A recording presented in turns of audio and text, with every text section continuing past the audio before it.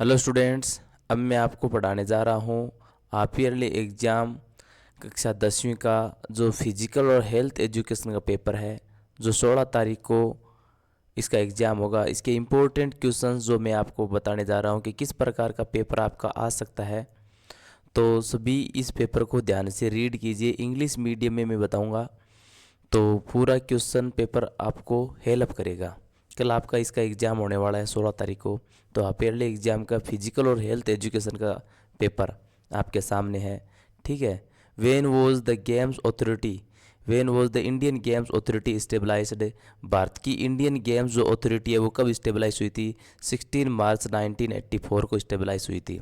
16 मार्च 1984 को ये स्टेबलाइज हुई थी। Second question, who prepared the present form of a snake and ladder game. Present form of snake और ladder game को किसने इन्वेंट किया था, प्रिपेयर किया था? रामानुजन ने इसको प्रिपेयर किया था। Disease caused by deficiency of vitamin C. Vitamin C की कमी से कौन सा रोग होता है? स्कर्वी होता है। ठीक है। Which one of the example of the infectious disease? Corona is a infectious disease, there is no doubt. Sania Mirza is related to tennis. Sania Mirza है वो टेनिस से रिलेटेड है। ठीक है, इजी क्वेश्चंस है, आप आराम से कर सकते हो। Synthesis of the protein is cold. Protein का जो सिंथेसिस है डन किया जाता, synthesis of protein is done, protein का सिंथेसिस किया जाता है एसिड 16 के द्वारा, 16 एसिड के द्वारा किया जाता है। Whose sacrifice is remembered, whose sacrifice is remembered for the protection of trees at Khejarli at Jodhpur. Jodhpur में खेजड़ली में पेड़ों के प्रोटेक्शन के लिए कौन रिमेंबर किया जाता है? Amrita Devi. Amrita Devi remembered for the protection of the trees. ठीक है। Arjuna award was commenced. Arjuna award है वो शुरू हुआ था 1965 को, अर्जुन अवार्ड शुरू हुआ था। The process of acceleration is cold. जो एक्सेलेशन की जो प्रोसेस होती है उसको क्या कही जाती है? रिचाक कही जाती है, सॉरी मूर्छा, मूर्छा कही जाती है। भारतीय Indian gymnastic union is stabilised in 1960। Indian gymnastic जो यूनियन है वो स्टेबलाइज हुआ था 1960 में।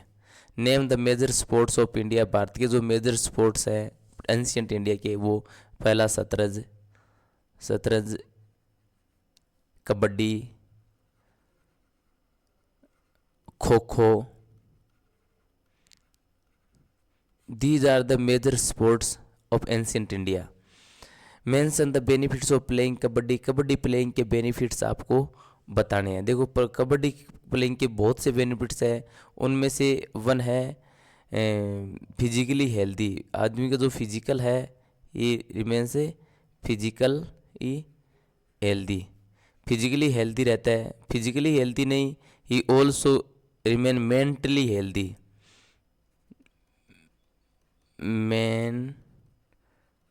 mentally healthy, physically healthy and mentally healthy. Third, he also learned the social behavior भी लर्न करता है कबड्डी में, because he learn lot of through the teammates में रहकर कैसे काम किया जाता है, तो वो सोशल बिहेवियर भी लर्न करता है। तीसरा, heart become strong, because kabaddi में 40 मिनट्स तक आपको रेड देनी होती है, तो आपका हार्ट है वो सांस को कंट्रोल करने पर स्ट्रोंग होता है। ठीक है। Learn the qualities of leadership. Leadership की क्वालिटी है वो कबड्डी के टीम्स सीखते हैं। तो these are the main benefits of kabaddi. ये कबड्डी की मेन बेनिफिट्स है। फिजिकली हेल्थी, मेंटली हेल्थी रहता है, सोशली बिहेवियर लर्न करता है, हार्ट स्ट्रॉन्ग होता है, लीडरशिप के गुण सीखता है। How many players are there in this game? In this game कितने प्लेयर्स होते हैं? Total 14 players are there in both side. दोनों साइड में 14 प्लेयर्स होते हैं, but 7 players in each side. हर साइड में कितने प्लेयर्स होते हैं? 7 players in each side. Why life value education is necessary for everyone. Life value education necessary क्यों होता है? क्यों? Life value education is taught to learn, taught taught की जाती है टू चाइल्ड, चाइल्ड को सिखाई जाती है दैट ही कैन डिफ्रेंशिएट,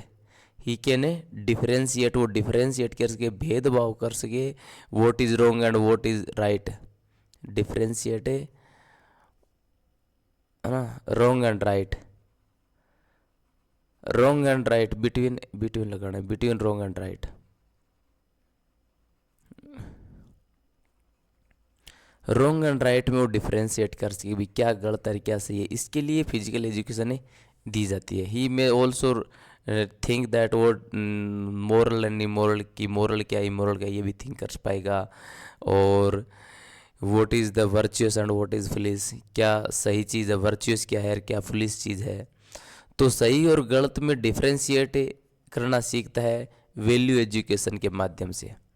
ठीक है, next, mention the benefits of life value education as demonstrated by Swami Vivekananda. Swami Vivekananda ने जो लाइफ वैल्यू एजुकेशन के दी उसके बेनिफिट्स बताओ। स्वामी विवेकानंद का कि education main of the aim of the education is not to complete the course, ओ aim of the education is the overall development of the child. उसने कहा था एजुकेशन का कि overall development of a child, कि बच्चे का overall development होना चाहिए। Overall development means he said he child should learn the social behaviour, बच्चे को सोशल बिहेवियर आना चाहिए। बच्चा बिकम जो चाइल्ड है वो मेंटली स्ट्रांग होना चाहिए, है ना। एंड ही ऑल्सो मोरली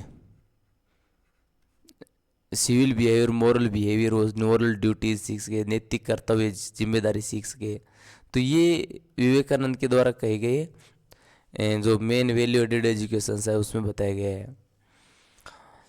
ठीक है, describe how physical education was in वैदिक पीरियड। वैदिक पीरियड में फिजिकल एजुकेशन कैसी थी। देखो वैदिक पीरियड में प्राचीन भारतीय जो फिजिकल एजुकेशन थी वो main prepare the military preparation था, सैनिक तैयारी थी। सैनिक तैयारी यानी एक राजा दूसरे पर अटैक करता था तो उसकी तैयारी मुख्य रूप से फिजिकल एजुकेशन थी।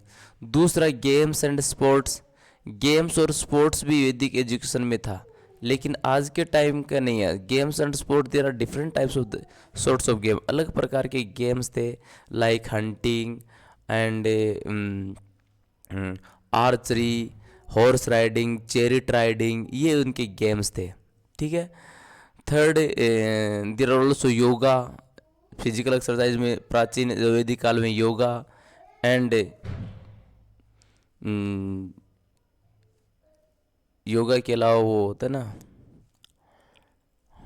जिम्नास्टिक्स। तो ये चीज़ें military preparation, games and sports और योगा वगैरह ये वैदिक काल के मुख्य फिजिकल एजुकेशन थी, शारीरिक एजुकेशन थी। फिजिकल एजुकेशन की इम्पोर्टेंस बताइए, फिजिकल एजुकेशन की इम्पोर्टेंस क्या है, क्या महत्व है। देखो फिजिकल एजुकेशन है इज़ वेरी इंपॉर्टेंट, बहुत इंपॉर्टेंट है। पहले मैं इसको हटा देता हूँ थोड़ा सा ताकि लिखने में हेल्पफुल हो। फिजिकल एजुकेशन है किस चीज़ में हेल्प करती है।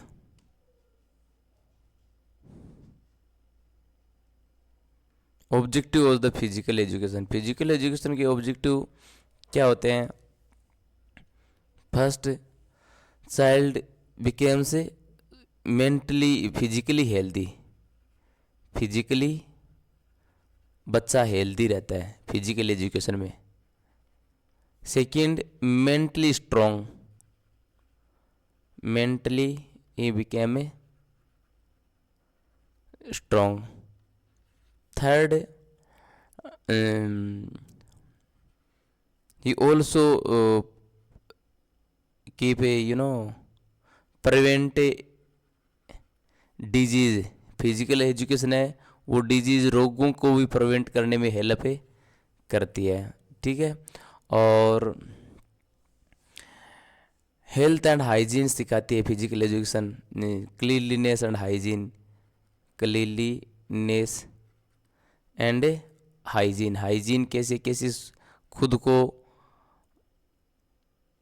सुरक्षित रखा जाता है, कैसे साफ सफाई रखी जाती है। तो ये मुख्य फिजिकल एजुकेशन के इम्पोर्टेंस है, महत्व है। फिजिकल हेल्थ, मेंटली है strong, prevent disease and cleanness, hygiene, ये सब कुछ फिजिकल एजुकेशन रखती है। What precautions should be taken while exercising, exercise करते दौरान कौन सी प्रिकॉशंस रखनी चाहिए। देखो एक्सरसाइज करते दौरान एक तो ये होता है कि अपने को डिहाइड्रेट का ध्यान रखना चाहिए, डिहाइड्रेशन, डिहाइड्रेशन। कई बार क्या होता है लगातार एक्सरसाइज करते हैं तो body became so much perspiration and sweat, so body में वाटर की कमी आ जाती है। तो we have to continuously drink water during the exercise, exercise दौरान हमें पानी पीना चाहिए, डिहाइड्रेशन का हमें ध्यान रखना चाहिए। Second, we have to do the warm up and cool up. Warm up means when ever you are going to do the exercise, so first you have to do the low light exercise, हल्की exercise करनी चाहिए। Suddenly you have don't do the heavy exercise, भारी exercise नहीं करनी चाहिए। And cooling down, जो exercise छोड़ते हो तो सडनली आप सीधा है वो स्नान करना और करना ऐसे नहीं होना चाहिए, आराम से कूल डाउन होना चाहिए। And third, loose fitting cloth, proper cloth होना चाहिए, लूज फिटिंग क्लॉथ, ये एक्सरसाइज के दौरान अपने को ध्यान रखना चाहिए, loose fitting clothes.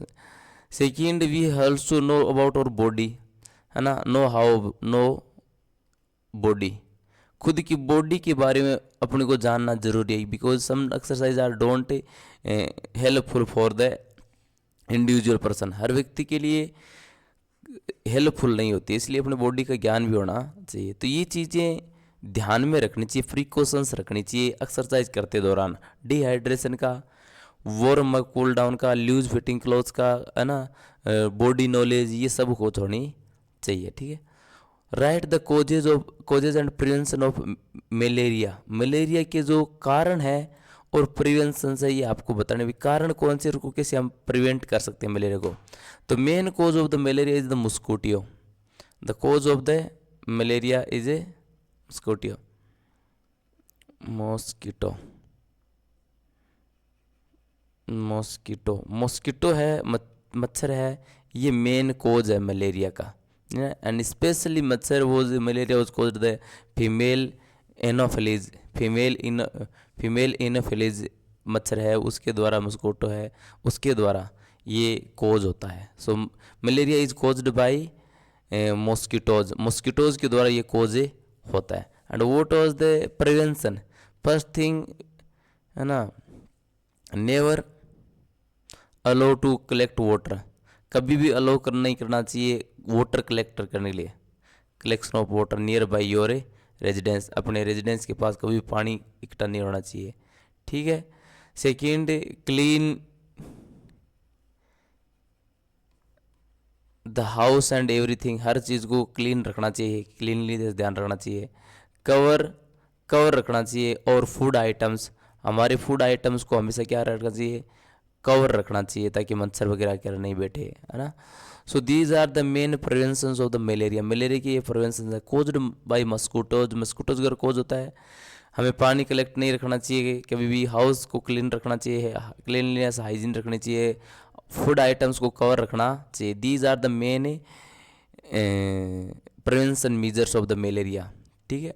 What is meant by balance diet, balance diet का क्या मतलब है, देखो what do you mean by balance diet, balance diet क्या होती है, balance diet means when we take the diet there should be every type of the nutritional ingredients in the diet, diet means nutritional, nutritious ingredients, nutritious ingredients, जो nutritious ingredients होते हैं, पौष्टिक जो तत्व होते हैं, should be in A diet, should be in diet, diet में nutritious ingredient होने चाहिए, पौष्टिक तत्व डाइट में होने चाहिए। अब वो कौन से पौष्टिक तत्व, जैसे अपने न्यूट्रिशियस डाइट करते हैं तो उसमें बहुत से पौष्टिक तत्व होते हैं। सबसे पहले carbohydrates, minerals, vitamins, proteins, fibres, water, ये सब कुछ चीज़ें होनी चाहिए। कौन कौन सी होनी चाहिए, देखो डाइट, बैलेंस्ड डाइट के लिए सबसे पहले कार्बोहाइड्रेट्स, कार्बोहाइड्रेट्स, दूसरे प्रोटीन, प्रोटीन, विटामिन्स, ये भोजन में होने चाहिए, वो बैलेंस्ड डाइट है। फाइबर्स का मतलब उसमें सलाद वगैरह हम खाते हैं, वो फाइबर्स होते हैं, ठीक है। वाटर होनी चाहिए। मिनरल्स का मतलब जो आयरन वगैरह की मात्रा है वो पूरी होनी चाहिए उसमें। तो these are the 6 main ingredients of the balance diet. ये बैलेंस डाइट की मेन इंग्रेडिएंट्स ये होने चाहिए, ठीक है। Mention the benefits of value education is Swami Vivekananda. ये 15 क्वेश्चन में रिपीट हुआ है, 14वां क्वेश्चन है जिस आया है, तो 14th क्वेश्चन मैंने अभी बताया था इसका। What is the gender inequality, give reasons for gender inequality. Gender inequality क्या होती है? देखो, जेंडर इनइक्वालिटी होती है टू डिस्क्रिमिनेट करना, भेदभाव करना, मिनेट on the basis of a gender के आधार पर। सेंटर एक gender biased, the society is gender biased, someone is differentiate a men और women on the basis of gender के आधार पर, लिंग के आधार पर भेदभाव करते हैं, वो जेंडर इनइक्वालिटी होती है। इसके रीजंस बताने हैं। देखो, in Indian society specially the women are discriminated, womens को डिस्क्रिमिनेट किया जाता है। Females and girls were discriminated in society, समाज में गर्ल्स को डिस्क्रिमिनेट किया जाता है। And they are not giving priorities, उन्हें प्रायोरिटी नहीं दी जाती है। They are the marginalised in our families, हमारे परिवार उनको मार्जिनलाइज कर दिया जाता है, दरकिनार कर दिया जाता है। They don't give proper opportunities for education, for health, for training education के लिए प्रॉपर उनको अपॉर्चुनिटीज नहीं दी जाती है। तो इसके रीजंस क्या है? The first reason as I know the illiteracy, पहला इसका कारण है वो इलिटरेसी है, निरक्षरता है ना, लिटरेसी का उल्टा illiteracy. Second may be the conservatism या orthodoxy, we can say that जो परंपराओं में ज़्यादा विश्वास रखते हैं,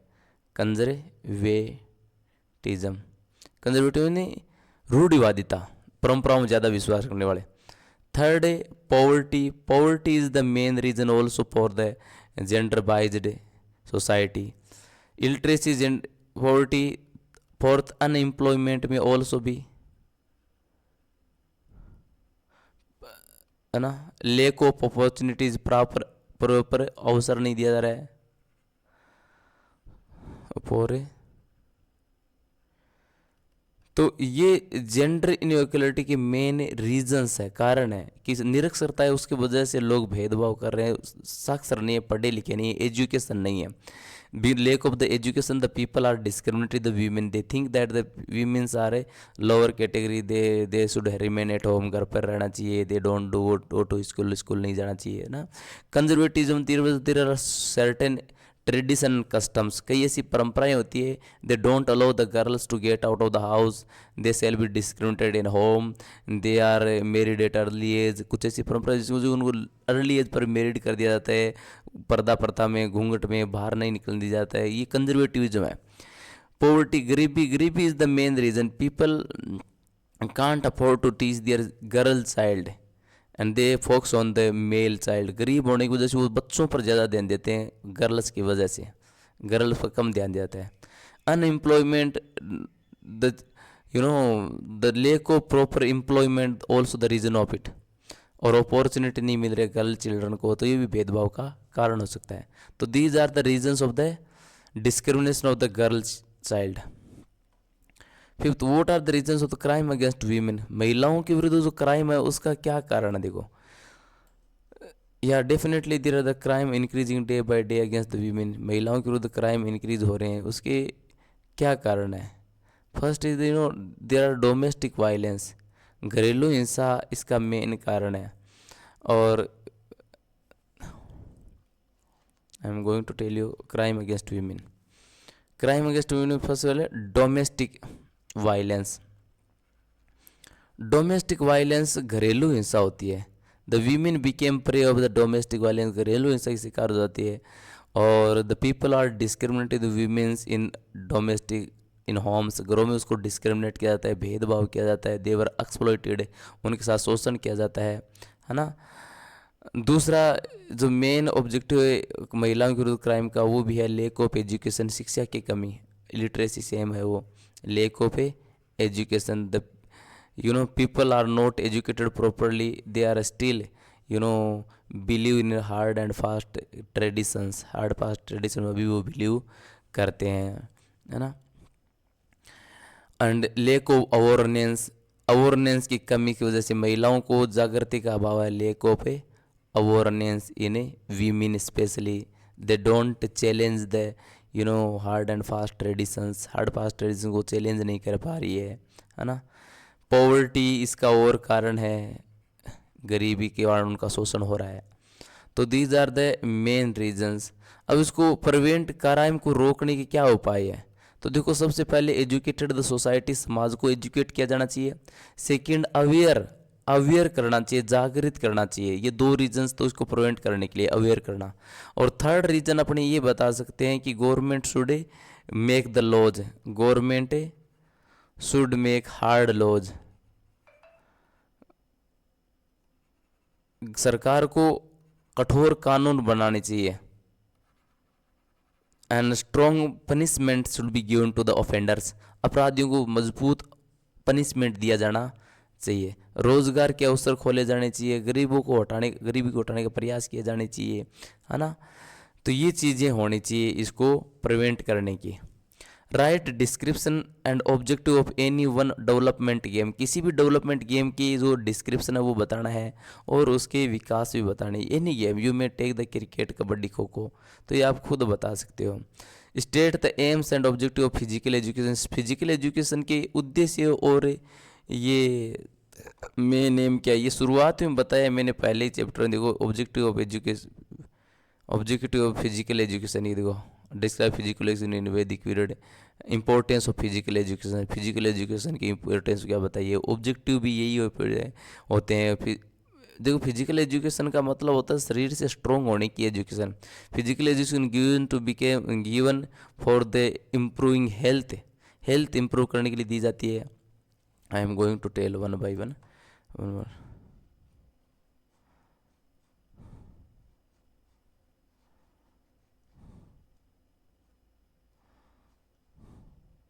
physical education, one, physical education gives for the improving health, health को इम्प्रूव करने के लिए फिजिकल एजुकेशन दी जाती है। Second, physical education is giving to prevention of the disease, disease को रोकने के लिए,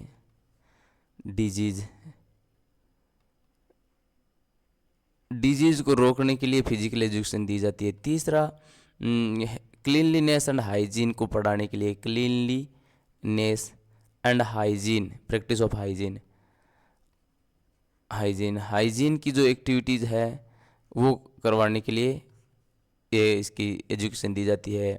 fourth, to teach the mental wellbeing,